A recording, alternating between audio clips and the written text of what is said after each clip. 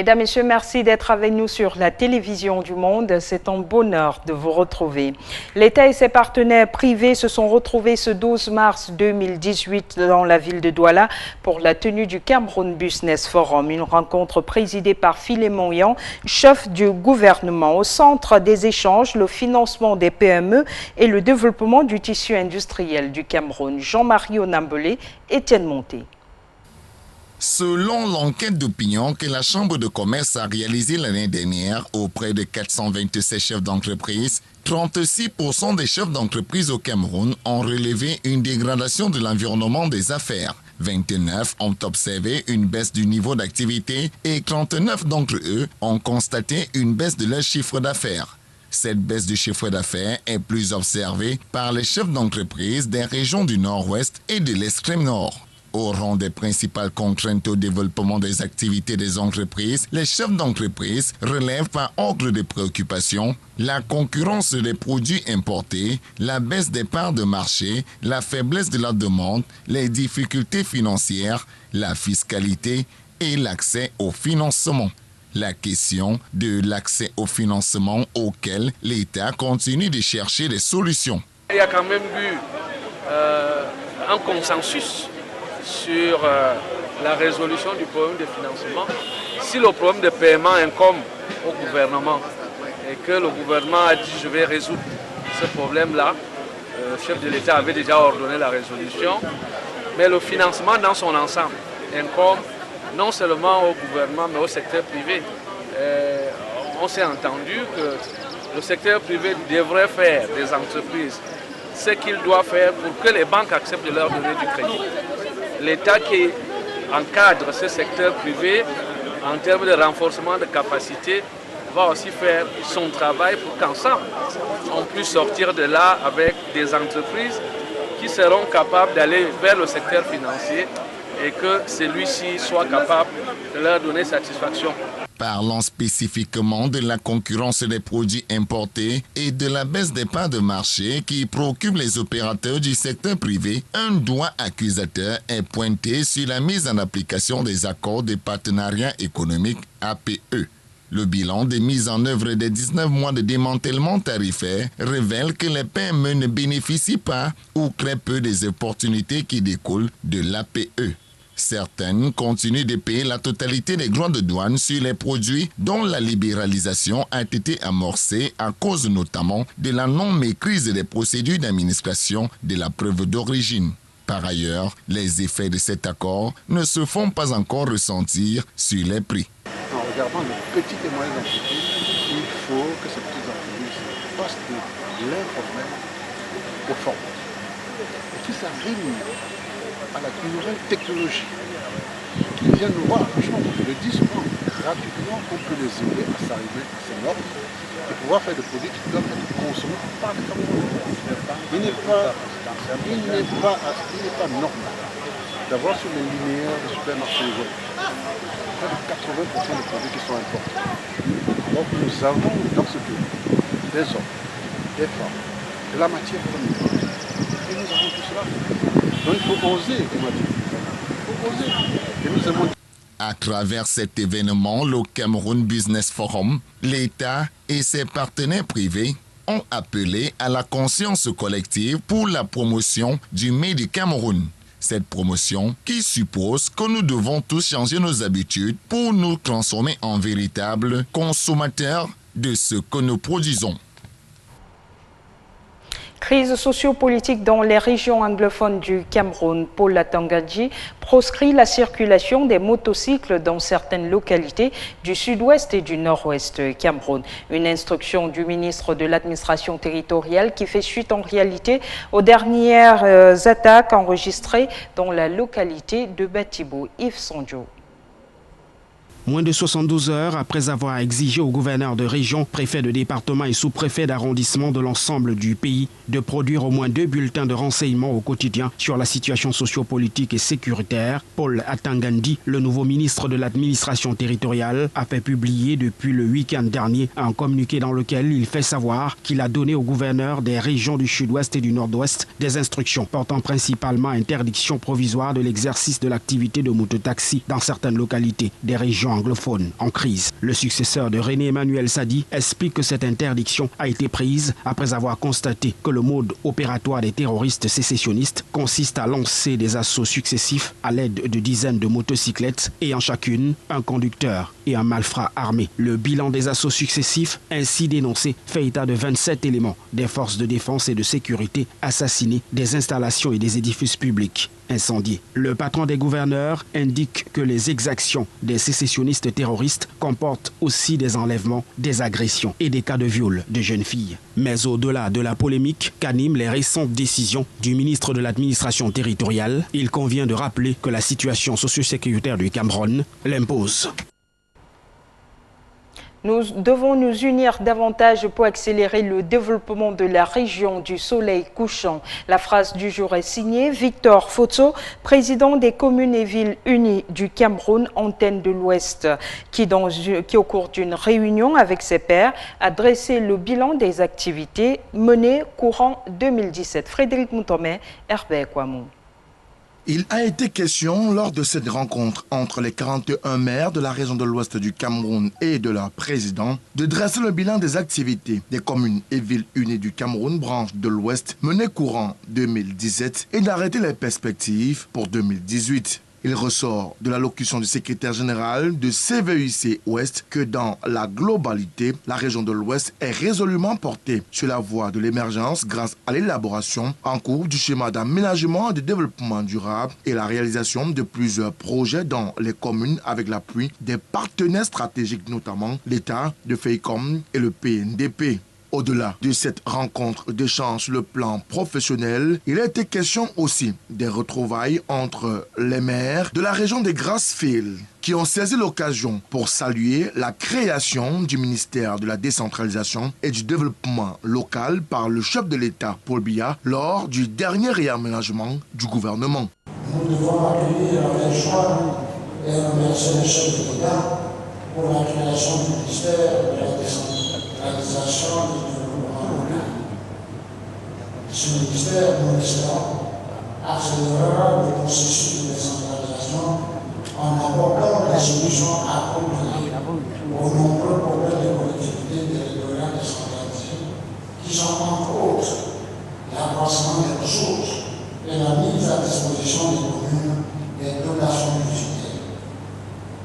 La mise en place du statut du maire et du personnel communal. La participation des maires à la gestion du patrimoine foncier. La mise en place des commissions internes de passation des marchés publics dans chaque commune, ainsi que des ressources appropriées pour son fonctionnement. Prenant la parole à son tour, Victor Fotso a prescrit à ses pairs une franche collaboration, un échange permanent d'expériences dans la tolérance pour un développement harmonieux et accéléré de la région du soleil couchant.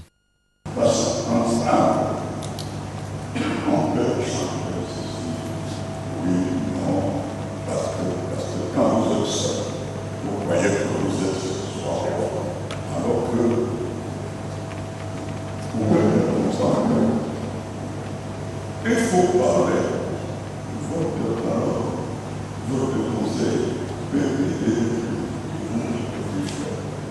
en invitant les uns et les autres à redoubler d'ardeur au travail pour améliorer le cadre de vie des populations dont il a la charge, Victor Fotso a rappelé à ses pairs que le travail doit être mené sur le terrain et non dans les bureaux. D'ailleurs, selon le journal de programmation des marchés et des services déconcentrés de l'État, 253 projets pour une dotation de plus de 5 milliards de francs CFA sont à réaliser dans la région de l'Ouest pour l'exercice 2018.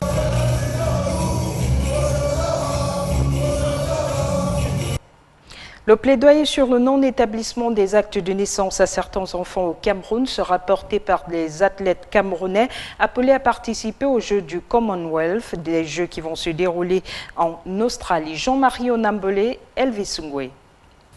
Les athlètes camerounais qui iront compétir lors des prochains Jeux du Commonwealth qui se tiendront à Glasgow pour cette année 2018 iront en même temps porter le plaidoyer des enfants du Cameroun pour l'établissement d'un acte de naissance à chacun d'eux. Le plaidoyer a été remis aux athlètes par les enfants de l'UNICEF lors d'une cérémonie tenue à Yaoundé. C'est une cérémonie très dynamique, c'est une cérémonie que nous on utilise. C'est d'abord un compte à rebours et ça coïncide aussi avec le fait que nous sommes en pleine célébration de la semaine du Commonwealth au Cameroun. Et voilà, on a amené les élèves ici pour lancer cette affaire, compte à rebours aux Jeux du Commonwealth Glasgow 2018. Pour les organisateurs, cet événement revêt un caractère tout particulier. L'idée pour nous, véritablement, est de supporter cet événement et d'en profiter avec les acteurs à tous les niveaux pour diffuser des informations et échanger sur les problèmes que rencontrent les enfants, la jeunesse. Parce que c'est bon de faire le sport, c'est bon d'être reconnu, mais il y a des conditions. L'une de ces conditions, c'est d'abord d'être reconnu comme citoyen camerounais, comme citoyen du monde, en un mot. Et le papier le plus officiel qui donne ce droit-là à chacun d'entre nous, c'est l'acte de naissance, l'enregistrement de naissance. Donc nous voudrions que cet événement sportif mondial et de porter véritablement l'âge puisse être une opportunité pour rappeler aux uns et aux autres, aux gouvernants, aux acteurs politiques, à la société civile, aux sportifs, aux populations en général, la nécessité d'enregistrer les enfants à la naissance pour leur donner toutes leurs chances dans la vie et leurs droits. L'Australie va accueillir cette année 2018 les Jeux du Commonwealth. Dans les rangs de l'équipe du Cameroun, on se dit déjà prêt. Le Cameroun est prêt pour participer. Le Comité national olympique sportif du Cameroun, Commonwealth Games Association que nous sommes, on travaille en étroite collaboration avec le ministère du Sport, la tutelle. Et actuellement, toutes les équipes sont en stage ici.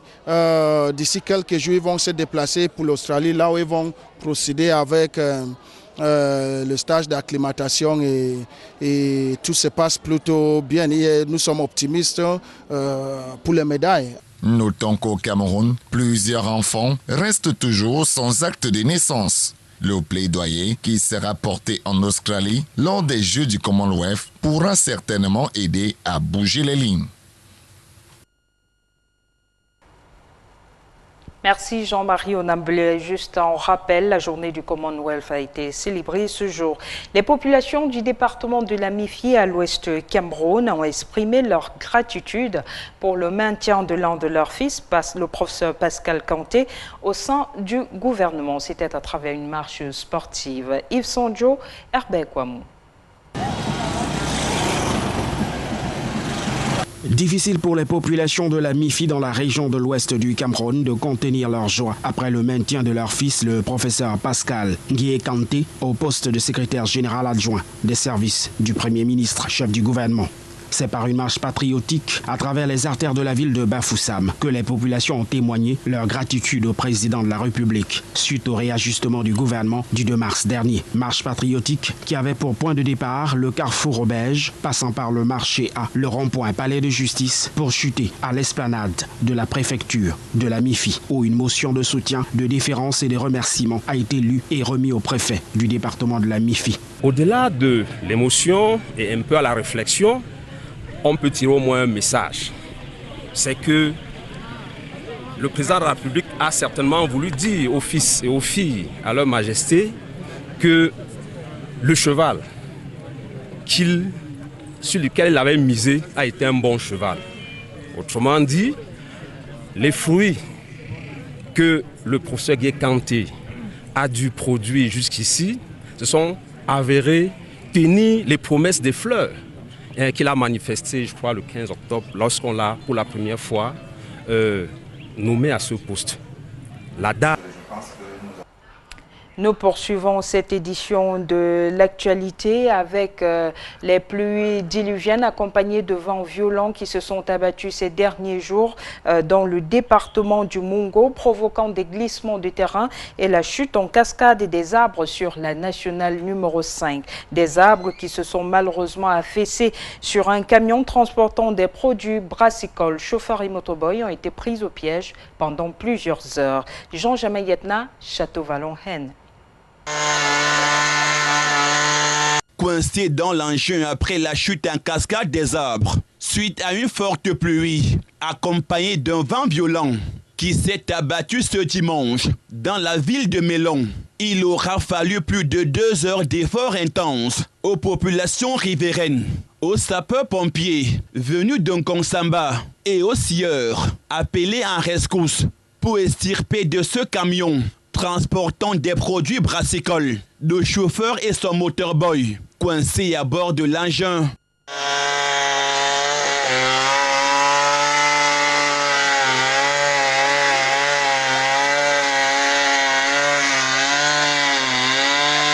L'incident s'est produit un peu plus de 14 heures ce dimanche sur la nationale numéro 5, axe lourd Douala-Bafoussam, au lieu d'Ilonko, non loin de Mélon. Fort heureusement, aucune perte en vies humaines n'a été déplorée. Seul le chauffeur, senti avec une jambe broyée, et le motorboy, sorti en larmes, encore en observation. Je partais à Mélon pour voir le match Renat-Colombe de Saint-Domingue. Juste devant moi, j'ai aperçu un petit boya là. Bon, c'est un camion qui est coincé. Quand je suis sorti, j'ai vu le chauffeur et le motorboy coincé. Mais quand je veux sauver moi, j'ai eu la faute de le sauver, mais je n'ai pas la possibilité. C'est là où j'ai appelé le 100 parce que j'ai déjà appelé le colonel d'un Konsamba, où il a fait intervention justement au sapeur-pompier. Oui. C'est alors où on a eu à sauver le chauffeur et le motorboy. Vraiment, Dieu merci parce que c'est un dimanche en plus. Ils ne sont pas morts, il y a eu le pied qui est vraiment broyé. Pour le chauffeur, le pied droit du chauffeur qui est touché. Mais le motoboy est touché, mais on ne connaît pas encore la douleur qui ressent. Ok. C'est aux environs de quelle heure à peu près 14h50, hein, 14h50. Puisque le match était prévu à 15h, donc oui. Au niveau de 14h50. Quand j'ai entendu l'arbre tombe derrière lui, n'est-ce pas, j'ai freiné jusqu'à chute, je me suis renversé. Tu allais où? J'allais sur Douala. C'est aux environs de quelle heure? Aux environs de 16h. 16h. 16h, oui. Ok. 14h30. Des victimes ont été conduites à l'hôpital régional de Konsamba au moment où les ont maintenus. S'évertuer à rétablir la circulation sur la nationale numéro 5, restée paralysée des heures durant.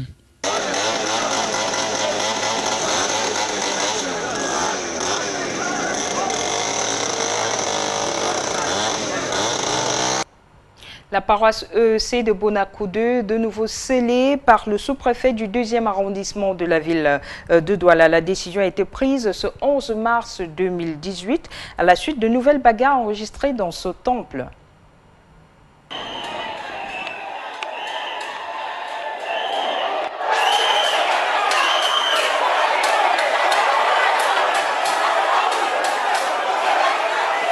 Encore une vive altercation ce dimanche à la paroisse EEC de Bonakou-2 à Akwa-Douala. Tout avait pourtant bien commencé par un culte dit par un ancien de cette communauté, culte perturbé immédiatement avec l'entrée en scène du pasteur Salomon Eyoke le Prince et le pasteur proposant Eyonga Moussongi, recusé depuis plus d'un mois par l'ensemble des chrétiens qui, en ce 11 mars 2018, n'ont pas manqué de molester les deux bergers. Il est reclusé depuis bientôt 1 mois. Il ne veut pas partir. Alors aujourd'hui, nous nous sommes levés comme un seul homme pour dire que ça suffit. Que ces pasteurs, le pasteur Eyoke et son proposant Yongam Songi, nous n'avons plus besoin de ces gens comme guides spirituels. Le conseil d'anciens a pris la décision de les faire partir, de les recuser. Nous ne voulons plus d'eux dans ce temps. Pourquoi est-ce qu'il insiste? Pourquoi il persiste? Aujourd'hui encore, c'était très grave. Parce qu'il faut qu'il parte. Nous ne voulons plus de lui. Et aujourd'hui, je pense qu'il a compris qu'il n'est plus accepté dans cette paroisse, qu'il est vomi par tout le monde. Bien que recusés et vomis par la communauté, ces deux bergers de l'EEC ont tout de même voulu faire entendre leur voix dans ce temple du Seigneur, complètement en leur défaveur et surtout avec une forte mobilisation des chefs des villages du canton Akwa, venus exprimer leur indignation face à une plainte d'un des leurs. La paroisse Bonakou 2 se trouve dans le village qu'on appelle Bonamukenge, c'est-à-dire le canton Akwa. Il n'est pas normal qu'un chef de village soit humilié devant les paroissiens, devant tout le monde.